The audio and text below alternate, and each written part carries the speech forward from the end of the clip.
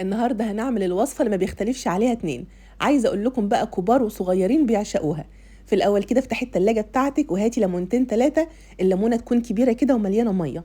هنعصر الليمون بتاعنا كله ونحط عليهم من 3 ل 4 معالق من الخل، معلقه شطه ومعلقه كمون، وهنقلب الكلام ده مع بعض كويس جدا. وهنشيل بقى الدقه بتاعتنا كده على جنب شويه. هتكوني بقى مجهزه عندك يا ستي كوبايه من الحمص. وطبعا الحمص بتاعنا هننقيه الاول كويس، حبايه بايظه حبايه مسوسه، في حبايه عدس حبايه فاصوليا. هننقي الحمص بتاعنا كويس جدا. بعد كده هنجيب البوله بتاعتنا الجميله ونحط فيها الحمص وعليه الميه. سيبيه بقى منقوع من بالليل للصبح او 4 ساعات. لو مستعجله انقعيه في ميه مغليه بالظبط ساعه واشتغلي فيه على طول. بعد 4 ساعات بالظبط عندي الحمص الحبايه بتاعته الحجم بتاعها اتضاعف بالشكل ده. صفيت بقى الحمص من الميه اللي كنت نقعاه فيها وحطيت عليه ميه تانية خالص نظيفه. هنجيب بقى حبايتين طماطم، والطماطم بتاعتك تكون حمرا كده ومستويه شويه. هنجيب كمان بصلايه حجمها متوسط، وقرن فلفل حار بقى او فلفل بارد براحتك جدا.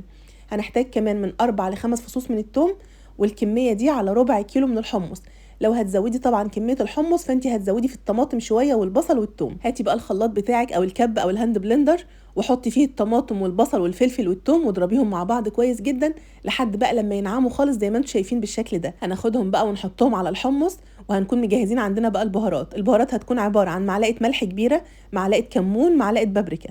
وهناخد بقى الحله بتاعتنا دي ونرفعها على النار. الحمص مش هياخد معاكي وقت خالص في التسويه، بالظبط هياخد معاكي 15 دقيقه. وهتلاقي بقى ان حبايه الحمص مستويه وزي الزبده بالشكل ده. كده خلاص الحمص بتاعنا بقى جاهز. هنجهز بقى الكوبايات بتاعتنا. وطبعا الدقه احنا عملناها مع بعض في اول الفيديو. وطبعا كتروا بقى كده الميه بتاعه الحمص على قد ما تقدروا. انا يا جماعه من الناس اللي بحب الميه بتاعه الحمص اكتر من الحمص ذات نفسه. يلا بقى اكتبوا لي في التعليقات انتوا بتقولوا عليه ايه في بلدكم. يا ترى بتقولوا عليه حمص الشام ولا بتقولوا عليه حلبسته؟ وفي كل الاحوال طبعا مش هنختلف على الاسم بتاعه، فهو قمر وبيدفي وخطير طول الشتاء. وطبعا الدقه زي ما انتم شايفين كده بره. اللي محتاج يزود ليمون وشطه زياده هنزود في الكوبايه بتاعته. بجد يا بنات خطير. شايفين اللون بتاعه عامل ازاي؟ دي فعلا احلى طريقه هتعملوا بيها حمص الشام. يلا بقى مستنيين ايه؟ قوموا جربوه بالطريقه بتاعتي ومتاكده هيعجبكم جدا. وبس كده خلاص بقى خلصنا والفيديو بتاعنا خلص. يا رب يكون عجبكم واشوفكم على خير بقى في الفيديو اللي جاي. مع السلامه.